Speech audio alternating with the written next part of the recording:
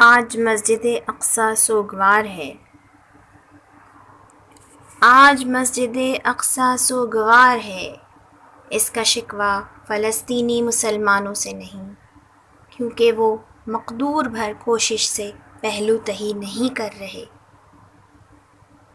اس کا شکوہ دنیا بھر کے ان سرمایہ دار مسلمانوں سے ہے جن کا دل فلسطینیوں کی مظلومیت پر نہیں کڑتا، ان نوجوانوں سے ہے جن کی جوانیاں صرف دنیا پر ہی لگ رہی ہیں۔ ایوبی کے ان فرزندوں سے ہے جو اس کی طرف نسبت پر فخر تو کرتے ہیں لیکن اس کی جانشینی کا حق ادا کرنے کے لیے قربانی دینے پر تیار نہیں۔ مسجد اقصی سے سوز بھری صدا آتی ہے، آج جو مسلمان میرے غم میں شریک نہیں ہے، کل وہ محشر کی عدالت میں میرا سامنا کس طرح کرے گا؟